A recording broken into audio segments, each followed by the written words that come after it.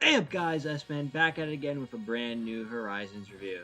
This time, we have the proper start to the sorta Rukia War arc that we are in. But yeah, make sure you guys like this video, subscribe for more content like this in the future because Horizons.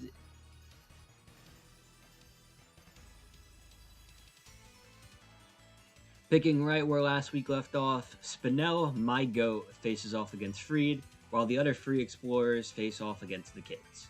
Meanwhile, uh, Gideon in his wheelchair is slowly making his way to the Rukia. And this is actually really, I find this really funny because like we see he's like slowly in a wheelchair, just like crossing the land, being like, Raqua, the place where my dreams came to an end because of my betrayal. And he's like ranting to himself as he slowly makes his way to the rock. Hurry up. And we see at the end of the episode him finally reach it after a whole lot of battles. But yeah, speaking of that, this episode is all battles. But before we start the battles, we get a little basically insight to what I theorized last week with the explorers knowing where Raqua was all along, and Spinel after realizing instead of just taking the pendant and forcing, they're not going to be able to force Terrapagos to open the barrier, and they were better off just watching over the rising VoltTacklers and letting them uncover basically the area for them. And they basically revealed as the rising VoltTacklers, with Liko putting the pieces together, being like, oh, your base was nearby, that's what I saw, and you guys been watching over us this entire time, watching us collect the hero Pokemon while we let Terrapagos get stronger for you. All part of Spinel's plan, and that's why he's my goat. Spinel is the master plan man. He interacted with the kids once and saw and basically was able to come up with this whole strategy of wait and see. And I love it. And Spinel is actually the MVP of this episode. We'll discuss a little bit more of him later. But yeah, let's just discuss every battle. I'm not going to do them in order. I'm going to do it in order to the least interesting, the most interesting. First off, least interesting, Roy versus Coral. Coral uses her newly called Screamtail, where Dot is actually able to put it together that the explorers were in the Paldea crater because they heard Screamtail while they were in the Paldea crater, so that means they were following them. But yeah, basically the whole match for Screamtail is a scream-off between Crocolar's Disarming Voice and Hyper Voice, which eventually becomes a clash between Playluff and Flame Charge, where Roy is able to get the upper hand. So Coral terastallizes, just for nothing to change, and Crocolara to get the upper hand yet again and win the match, even after terastallizing. And I love how Opal and Onyx get annoyed by this, saying, why would she use our newly caught Pokemon in such an important fight? That's just really funny bickering. But yeah, the next important fight is Dot versus Opal, which this battle is a lot more interesting choreography-wise, because we see Opal start the battle off with a meditation, allowing for Metachan to basically dodge all Quaxly's attacks. And I love the little pairing between these two, because even though Opal is our least seen Explorers member, I love the little matchup between specifically Metachan and Quaxwell with the kicking battle. It's kind of like how in the Alabasta saga they paired off Bon Clay and Sanji, because Bon Clay was more of a kicking expert. Same thing with Sanji. But yeah, basically Metachan is able to avoid all of Quaxwell's kickings and basically able to strike back. So Dot comes up with the strategy to basically wet the water, wet the surrounding area around it, so Metachan slips and able to get a hit. But Opal sees right through this and basically tells Metachan to basically be wary of its surroundings. So Metachan is able to get a great hit off Quaxwell, causing Dot to begin the panic to realize what is she gonna do. That's when she notices the scream off between Roy and Coral, and she uses it to her advantage. She actually unleashes Wing Attack into their basically screaming facility in order to bounce it back at Metachan. So now in the match, Metachan has to focus on attacks coming in from all sorts of directions because the screams are just launching it anywhere it can hit, which causes Metachan to lose focus of the water and slip, allowing for Dot to begin to get the upper hand and basically winning the sparring match. And that's all we see of this battle for the rest of that battle. Now, the fourth most interesting battle, Onix versus Liko. The choreography is really interesting, and also a really good point made by Onix in the battle is, hey, you beat me last time. I know you definitely got stronger, but I have too, and I know how you fight, so you're not going to be able to get the upper hand on me. And I love this, because yeah, Liko did beat Onix last time, but it was barely, and she had to use Terastallization. This time, however, Liko, although being at a disadvantage at first, Liko is never really fully losing. It's more that Onix knows how to play defense against her strategy, so she isn't able to land any hits. So that's when Liko starts having Floragato basically use surprise attacks, which are basically Floragato goes in with one move, Psych switches up on the attack last moment, getting in a surprise attack. And this does work at first, but of course, Onix's Garganacl has Regenerate, basically curing all damage that Liko did.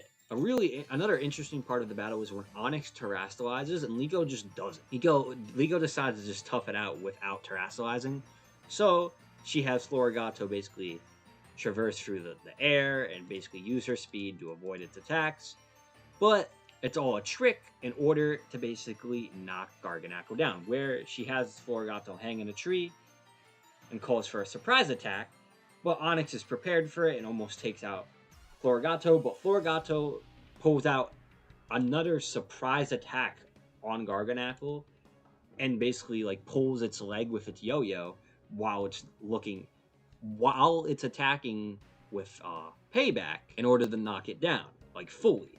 And this allows for one basically giant magical leaf and takes it out. Or I'm pretty sure it takes it out, because it loses its Terra. And I gotta say, good on you, Liko. Onix definitely got stronger here because he knew like basically what he was doing, how to protect against Liko, and he even says at one point the only reason Liko is able to get the upper hand is with the surprise attacks, and Floragato has a better speed, so it's able to pull off the surprise attacks, but he could just regenerate. And yeah, I really like Liko's battle, and I really loved seeing her growth, that she could basically beat someone that she used to struggle against without Terra, or she needed Terra against to even be able to be on the same level. She straight up just didn't use Terra and beat him easily. Meanwhile, Friede is having his own battle with Spinel. And I gotta say, this battle was incredible, and I can sum it up with one word. It is basically a clash of ideals. Friede's intuition versus Spinel's analysis. The best battle is also a 2-on-2, so it's really more interesting. Basically, Behemoth and Umbreon versus Charizard and Pikachu. Friede sends out attacks, but Behemoth is able to basically use Psychic to counter a lot of it and help Umbreon dodge. Spinel also went into this battle with a strategy. He knows that once Charizard is down, he can just overpower Pikachu pretty easily. So that's his main goal. He has Beamium and Umbreon take out Charizard, but Friede sees right through this, so he has Pikachu constantly like protecting Charizard from Umbreon, while Charizard could just avoid Behemoth. So Spinel, with this strategy in mind, has Umbreon unleash an attack at the same time that Behemoth actually uses Thunderbolt. Charizard blocks Umbreon's attack here, but for some reason, however, Pikachu is actually revealed to have Lightning Rod and absorbs Behemoth's Thunderbolt, giving Friede the upper hand and allowing Friede to basically get a power boost on Pikachu's electric type moves. So he rushes in with a Volt Tackle in order to take out Umbreon quicker, because once Umbreon's out, he can take out Behemoth pretty easily. But Behemoth blocks this attack and actually uses Skill Swap, absorbing the Volt Tackle, and now giving himself the upper hand against Friede. And it's actually revealed that the only reason he used Thunderbolt to begin with is because he wanted to test Friede to see if he had Lightning Rod, and if he didn't, the battle would have been way easier for him. But now that he knows Pikachu does have Lightning Rod, he just used Squill Squawk to give it to himself. So now Pikachu basically can't attack because its two main moves are electric type moves. And we see this later where Friede tries to attack Umbreon, but Bohemian just keeps getting in the way. So Friede has to come up with a new strategy. This is when we have Friede have Pikachu and Charizard fly up into the air, where Spinel gets a little cocky, laughing about only having to hit one target now, and has both of its Pokemon unleashed. But Charizard is able to dodge, and Pikachu jumps off and uses Double Team in order so they don't know which Pikachu is the right one, and he grabs onto Umbreon. Friede then terastallizes Charizard in order to take out Bohemian easier. But Spinel decides to basically go on the defensive here and just has Bohemian just dodge, make sure he dodges and stay away from Charizard. But Friede actually has a counter this. He has Terra Blast, but sends it towards Umbreon instead, which shocks Spinel. But then Friede commands for Pikachu to use, I think it was Thunder Punch, while grabbing onto Umbreon, or because of Lightning Rod. Bohemian then teleports where Friede's Pikachu is using its electric type move to absorb it, but that's also right where the Terra Blast is hitting. So basically, after this, the Terra Blast takes out Bohemian on the spot. Umbreon is still standing, with Spinel actually impressed and actually gets a little worried, but he realizes, hey, it's a one-on-one. He just took out his own Pikachu like an idiot. But it's actually revealed that my goat Cap dodged it because it had Bohemian's ability, which I want to say its ability was Foresight. I could be wrong though. This causes Spinel to go basically ballistic. Spinel starts freaking out. How'd you be able to do that? How were you able to do that? And Friede just says, there was no way for you to be able to even know about my Pokemon's ability. And Friede just straight up says, oh yeah, I had a feeling it was my intuition. It was a 50-50, which causes Spinel to go ballistic. And that's where Spinel basically ends the battle and disappears.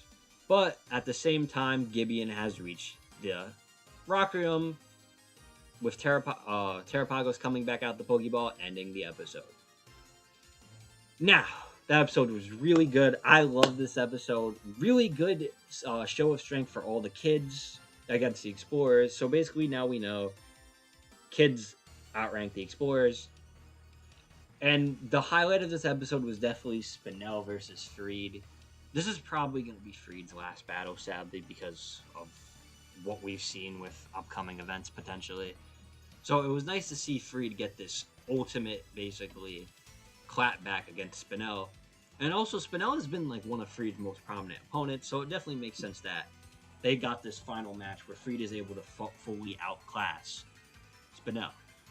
And I just love like I said earlier, the whole clash between intuition versus analysis. But yeah, that's really all I gotta say about this episode. It was mainly just battles. Roy's was the worst, Friede's was the best, Liko and Dot's were more in the middle. But yeah, I'm gonna give this episode an 8 out of 10. Really enjoyed it. It was on the edge of my seat for a lot of it, especially the Friede and Spinel points. But yeah, I hope you guys like this video and subscribe for more content like this in the future, because Horizons is kicking it into action with this whole Rockua arc. And we only just started.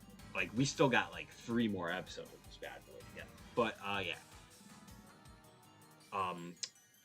Subscribe, leave a comment. S-Man signing off.